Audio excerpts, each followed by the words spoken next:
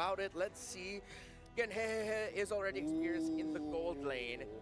GZG taking the Sora out right away, so no one wants to deal with having to draft around the Sora. Yeah, not even Guangzhou Gaming, who were the ones to first pick it yesterday, so they know how powerful it can be on blue side.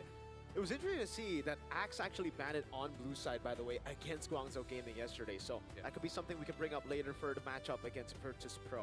The fact that they might not be comfortable on a Sora pick. But still, Guangzhou Gaming focusing hard on the XP lane, dude. I thought maybe this was an Alpha thing yesterday against Axe, but turns out it's their game.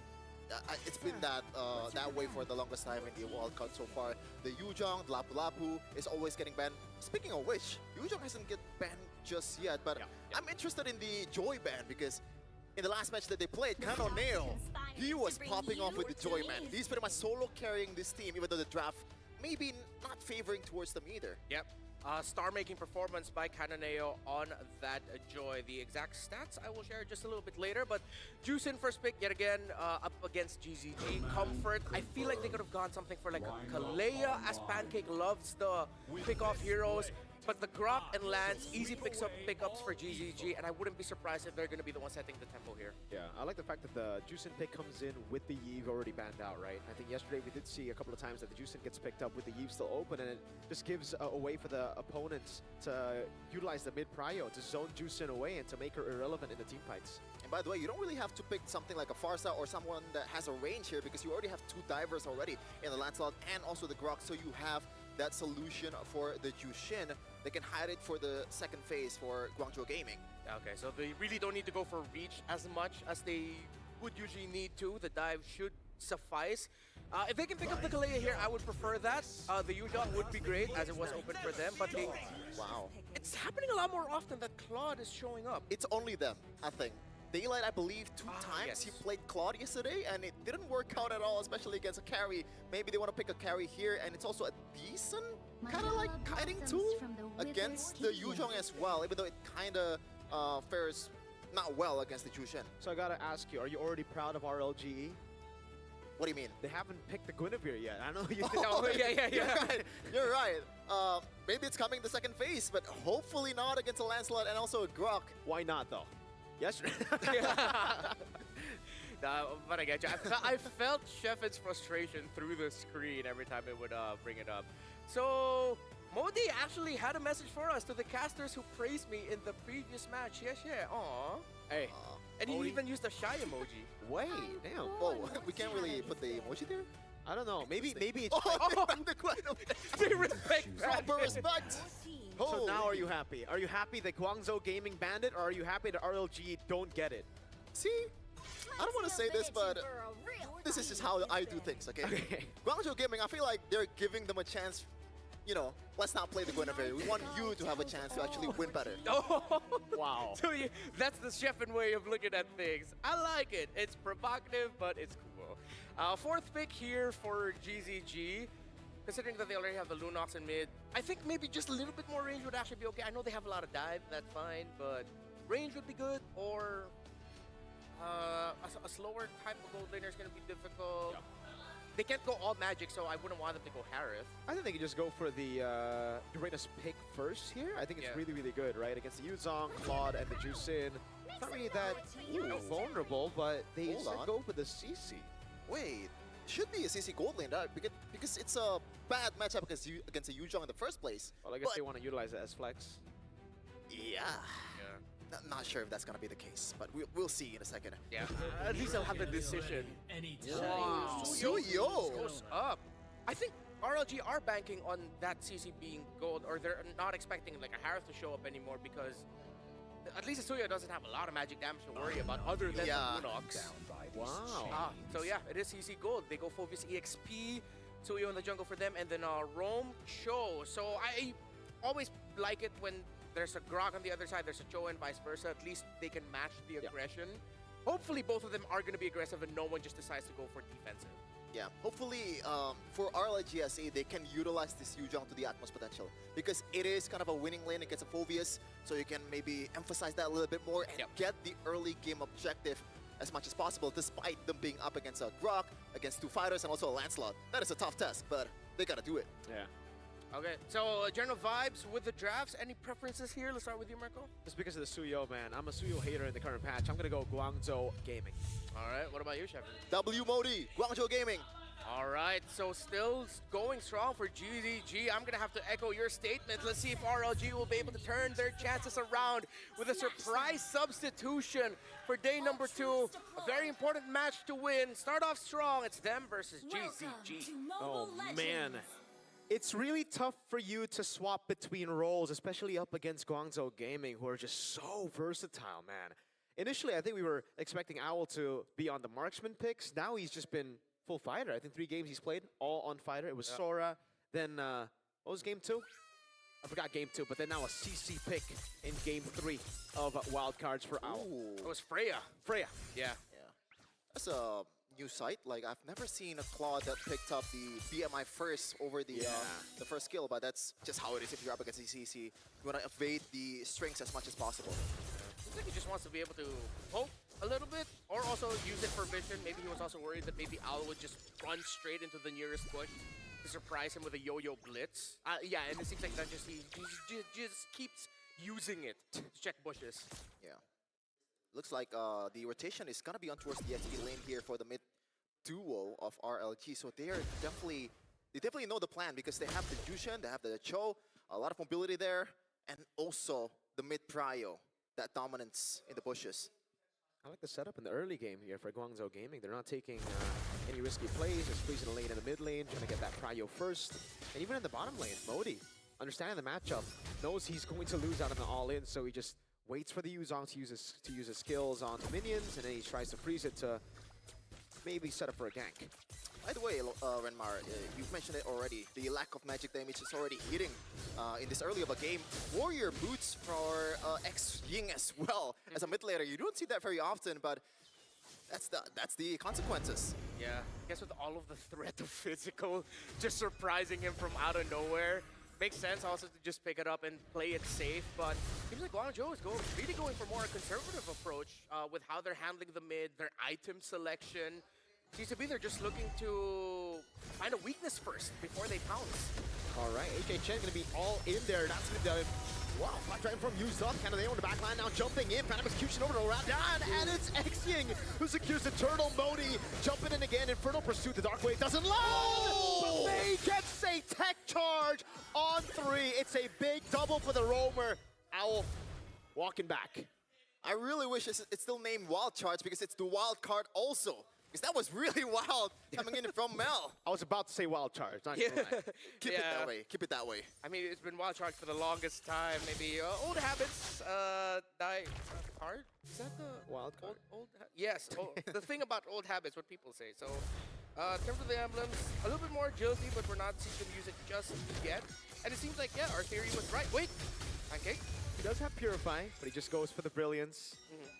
Yeah, and he's also out of mana as well. Just might as well just trade some damage. And by the way, I just realized that Owl is on a Purify, not really the usual side that you see on a CC with a Vengeance. I thought it would be a Vengeance just because of the fact that it's up against a Claude too, right? Like it or not, the Claude is going to hit in the back line, and Vengeance is a good way for you to punish that. But they prefer the safe route. But look at this, Modi. Really good Dark Wave, but the way the Dragon locks him down. Modi, he's been able to make a lot of plays, but this time with 3 members on him, it's tough. Yeah, it looked like Owl just accepted his fate. He didn't even use that Purify you just pointed out. Rare L from Modi, but he's got to bounce back for sure because he is in his prime. Oh, X-Ying actually. Okay. Ah, wait, I just realized for a moment there, it was Modi that got pounced. Yeah. Not Owl. I'm still so used to seeing the CC get played in the ENG lane. Absolutely, man. I just want to say, though, I actually like the Purify choice in this game over the Vengeance. Yes, you're going to be good against the Claude, but at this point, you're really just playing for the team more, right? You're getting tempo against the Claude, rotating over, and the Purify will help you way more against the Yuzong and Cho. Guangzhou still playing steady. I mean, the counter-punch style worked out for them after that turtle, so, I mean, don't fix what's not broken. Yeah. As they're going to set up for the turtle here.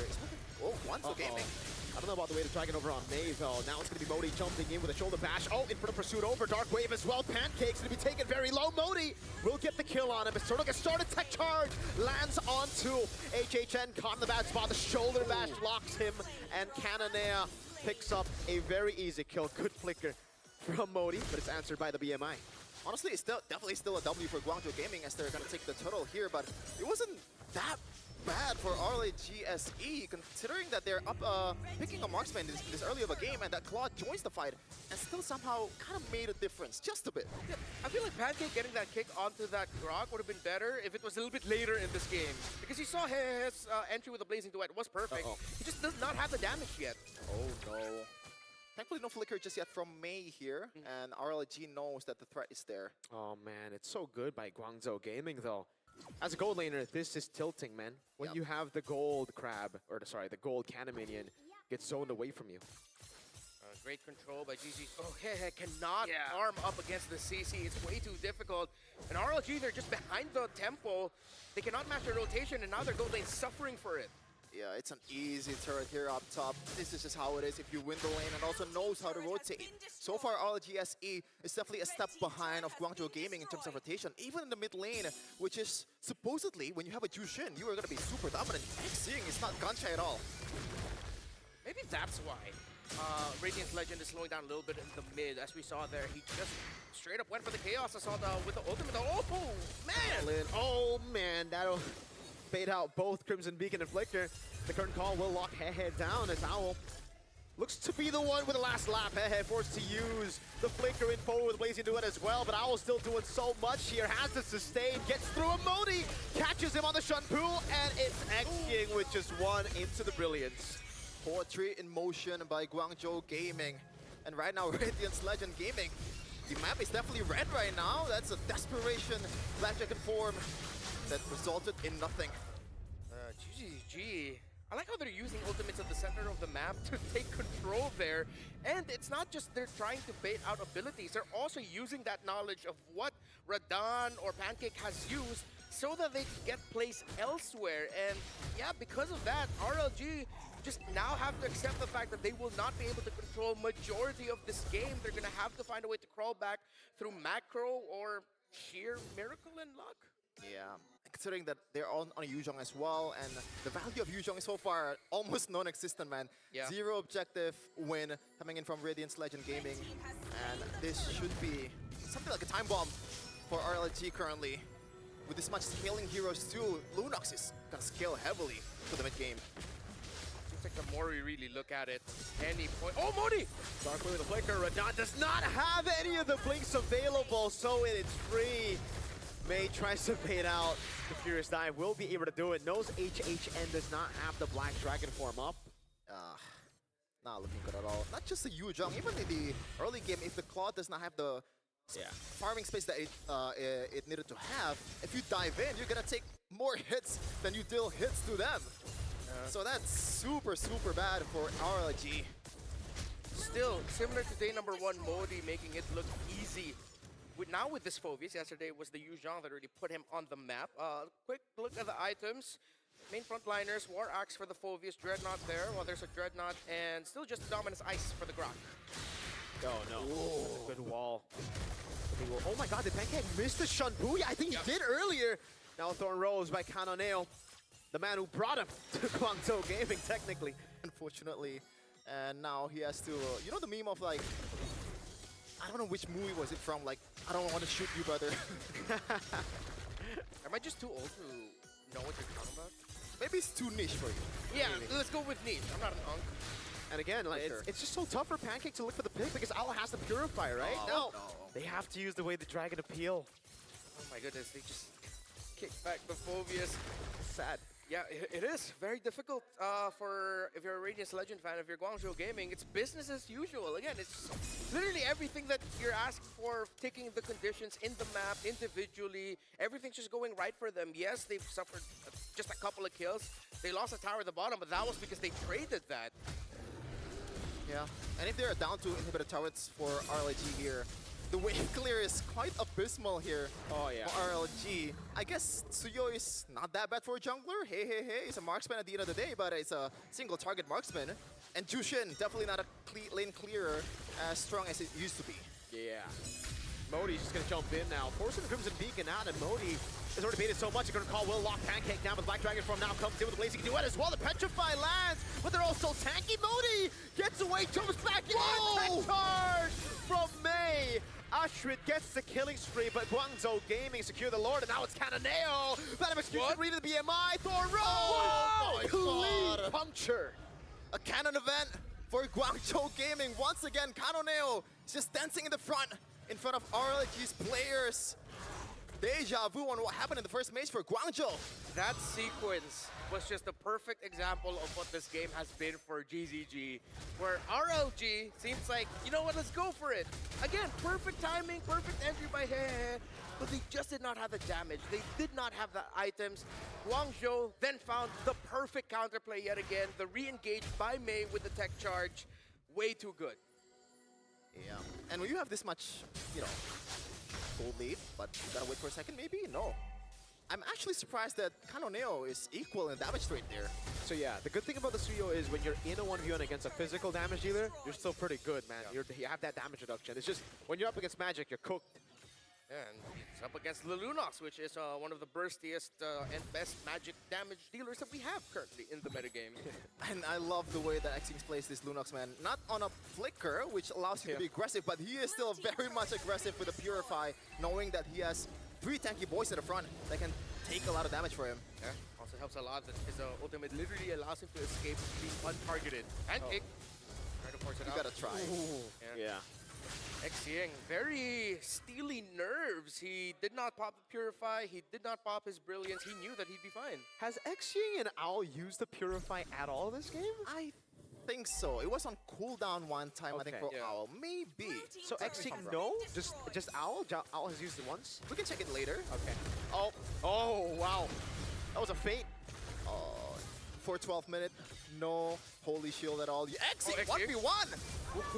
Still doesn't use the Purify. Might have to use it now as the whole team tries to collapse on him.